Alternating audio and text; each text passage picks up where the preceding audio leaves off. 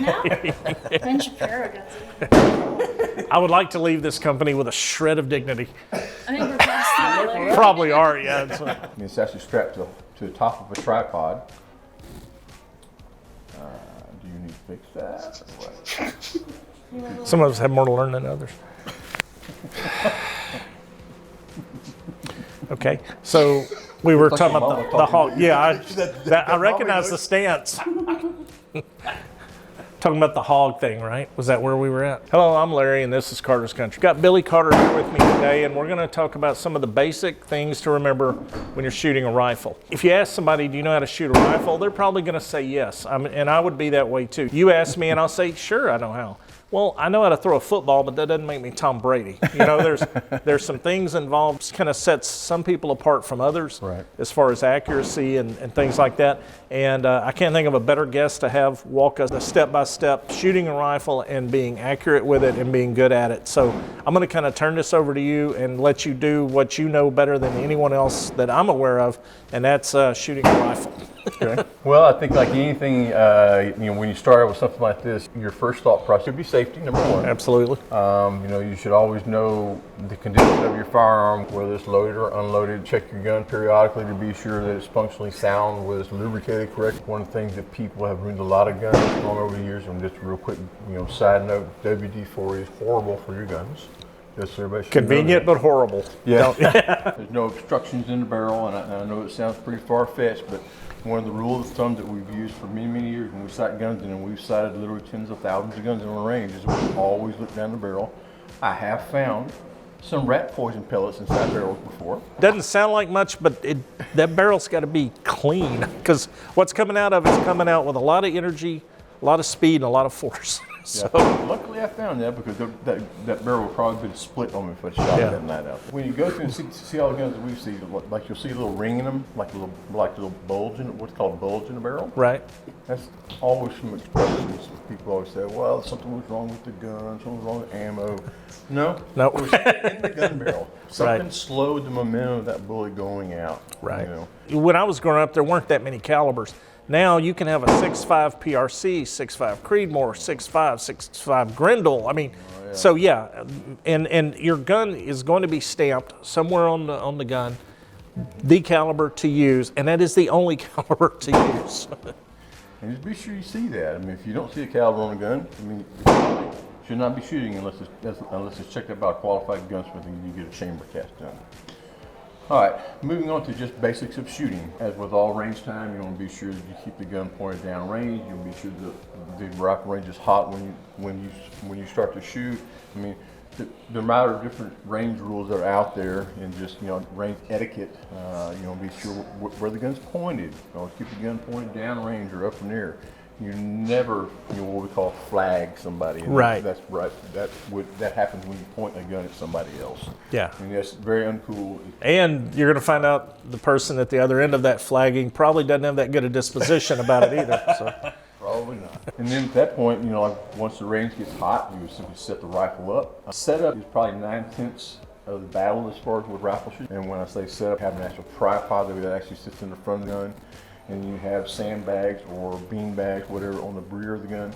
The gun should be totally suspended by itself. All you're going to be doing when you actually shoot the firearm on the range is really taking the tripod and taking the sandbags and meshing those together to get the gun to come into the actual target where you want the bullseye at.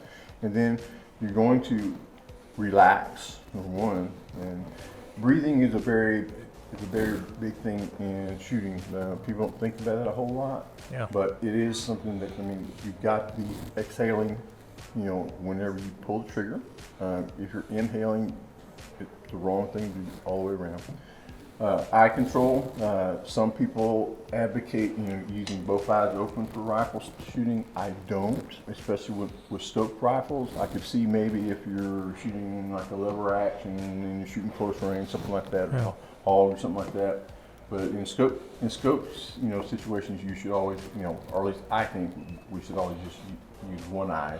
That's how I was always taught to do it. Right. The setup is everything. And so, like when I get behind the gun is suspended on the actual bags and tripod, and all I'm doing at that point in time is putting a very light grip around the actual pistol grip area, And there again, keeping your finger out of the trigger until it's time to shoot, and then you'll get down behind it, and you'll actually, you know, just basically once you get situated and you feel right about things, you will start to exhale, and you'll simply squeeze the trigger very gently.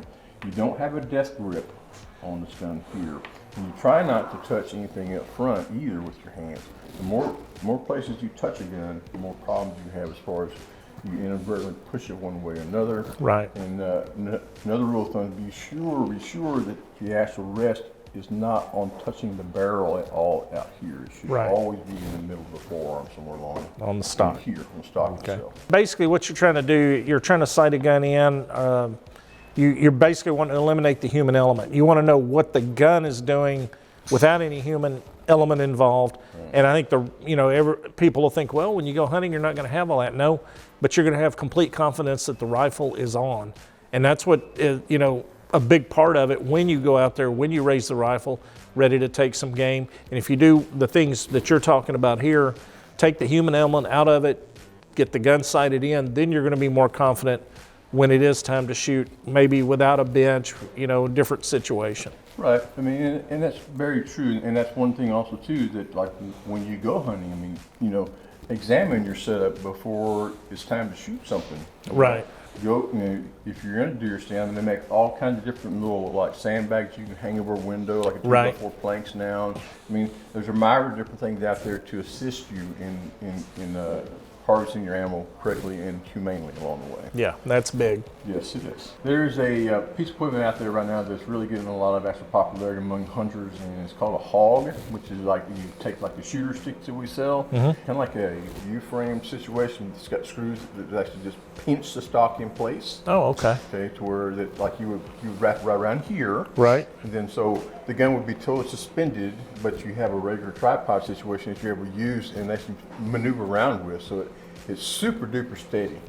Sounds cool too. Yeah, plus, we used a very rudimentary type of those when we went to Africa several years back. Where Okay. we just 3 shooting sticks, and it's worked remarkably well. Yeah. Kind of briefly touched on this, but trigger pull is everything in a rifle, any kind of rifle. I mean, the best rule of thumb to remember is that if the gun goes off and you think it's going to go off, you've done something wrong. Right, I've been told something similar to that, yeah. Okay, we've already checked, there's no rounds inside the chamber naturally or anything like that, so we're just going to close the actual gun, and Larry's way back on the other side anyway, so. Right. We're going to take just the tip of your index finger, and you're going to touch the tip of the index finger to that. As you start to pull the trigger back, it should be a complete surprise when the gun goes off, and before you start exhaling your air. If for some weird reason you don't get the round fired off when you get done to the end of the air, stop, remove your finger from the trigger, take another breath, and start all over. Start over. So the animal moves a little bit, something happens, whatever, you just stop. Don't try to improvise. Jerking the trigger is the worst thing people can get involved with. I mean, because you can never hit anything at that point. We're going to keep our actual target where it needs to be, and you're going to simply just pull the trigger, and just finally go boom. There you go. That is the biggest thing to learn about rifle shooting, is going to be trigger pull. And it's one of the hardest things because the gun's about to go off. It's just so hard to stay relaxed, not anticipate anything, and it really is something that you have to learn. The breathing is a big part of that, because if your breathing isn't right, nothing else in your body's going to be right. Okay, Billy, thanks. This has been very informative, and I think you'll find that if you go out there and practice what Billy's been preaching, you're going to see a much better shooting experience with much better results. If you've enjoyed our video or any of our videos, please be sure and like, subscribe. Remember, if you've ever shopped, shot, or hunted with us, you're already a part of the Carter's Country family. Until next time, adios. Nail that one. Enough. Yeah. We'll let that one count, I guess. Whatever.